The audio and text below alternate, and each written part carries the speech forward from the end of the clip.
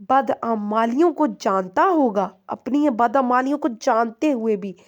پھر بھی انکار کرے گا کہ میں نے یہ گناہ نہیں کیے، اس سے کہا جائے گا کہ یہ تیرے پڑوسی تجھ پر گواہی دیتے ہیں۔ وہ کہے گا کہ یہ لوگ دشمنی میں جھوٹ بولتے ہیں۔ پھر کہا جائے گا کہ تیرے عزیز و اقارب، تیرے دوست گواہی دیتے ہیں، وہ ان کو بھی جھٹلائے گا تو اس کے اعضاء کو گواہ بنا دیا جائے گا۔ ایک حدیث میں ہے کہ سب سے پہلے ان گواہی دے گی، یعنی ران جو ہماری ٹانگیں گواہی دیں گی کہ کیا کیا بدعمالیاں اس سے کرائی گئی تھی۔ ایک حدیث میں ہے کہ پل صراط سے آخری گزرنے والا اس طرح گرتا پڑتا گزرے گا جیسے کہ بچہ جب اس کو جیسے کہ کوئی بچہ ہو، اس کو باپ مار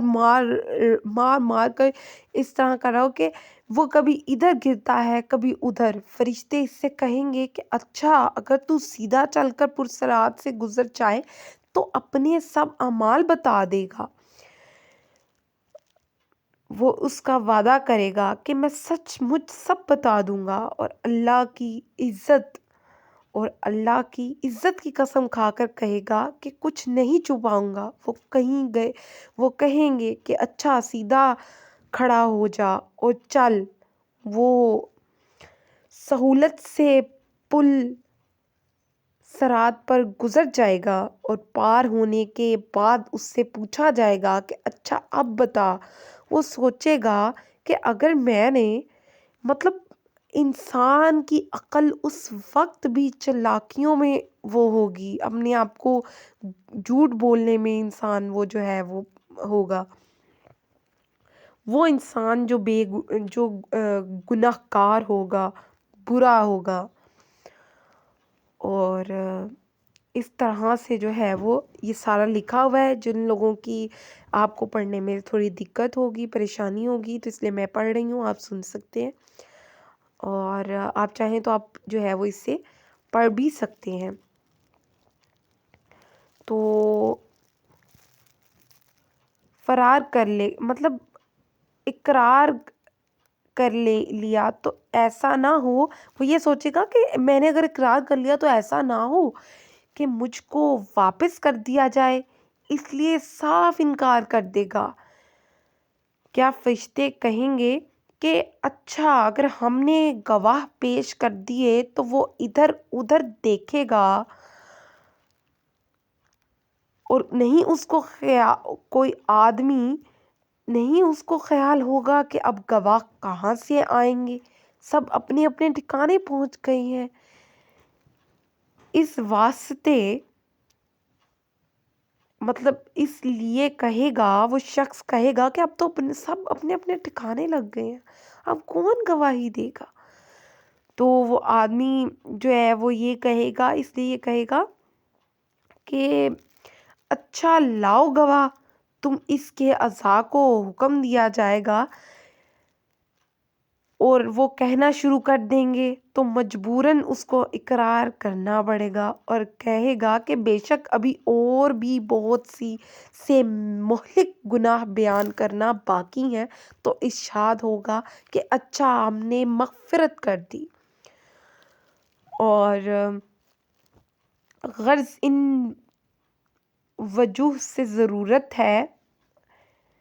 کہ آدمی کے اعضاء سے نیک کام بھی بکثرت ہوں تاکہ گواہ دونوں قسم کے مل سکیں قیامت کے اس روز قیامت جب حشر کا میدان ہوگا۔ اور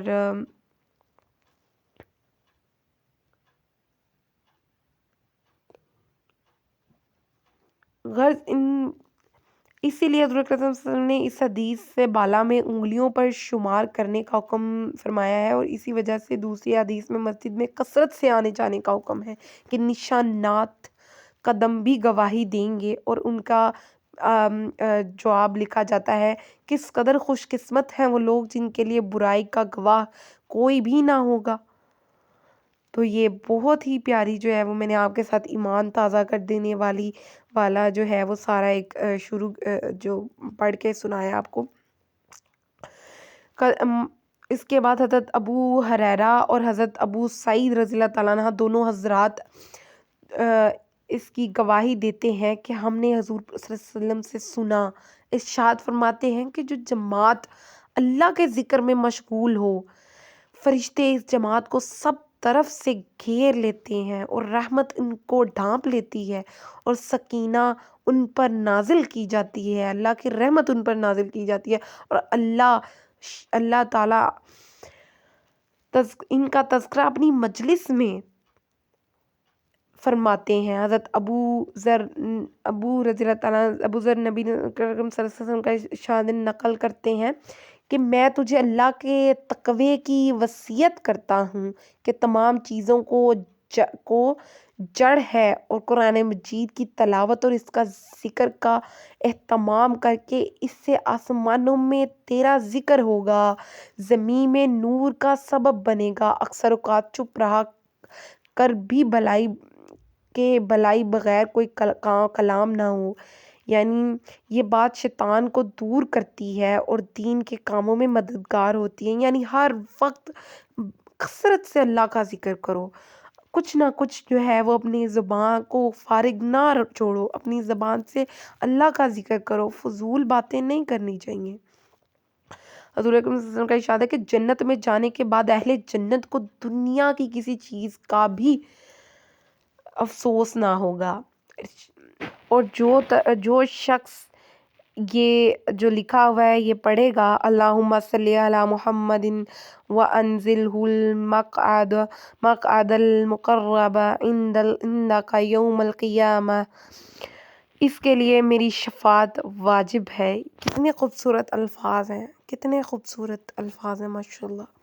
حضور اکرم صلی اللہ علیہ وآلہ وسلم کا ارشاد ہے کہ جو لوگ اللہ تعالیٰ کی بڑائی بیان کرتے ہیں، یعنی سبحان اللہ، الحمدللہ،